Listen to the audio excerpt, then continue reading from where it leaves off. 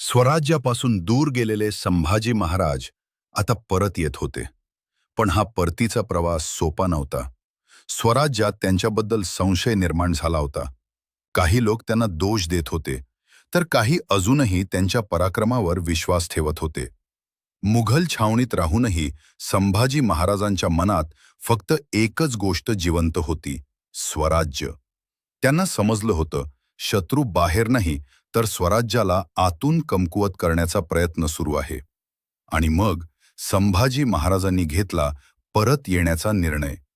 रात्रीचा अंधार, घोड्यांचा वेग आणि थेट स्वराज्याकडे सुरू झालेला प्रवास.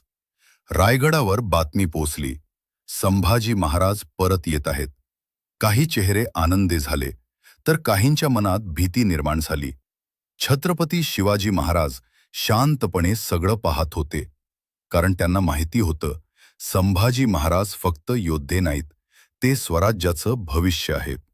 आणि मग आला तो क्षण, वडील आणि मुलाची भेट. भावना, पश्चाताप आणि पुन्हा निर्माण झालेला विश्वास. या पुनरागमनानंतर संभाजी महाराज आणखी कठोर बनले आणि पुढे मुघल साम्राज्याला हादरवण्यासाठी तयार झाले.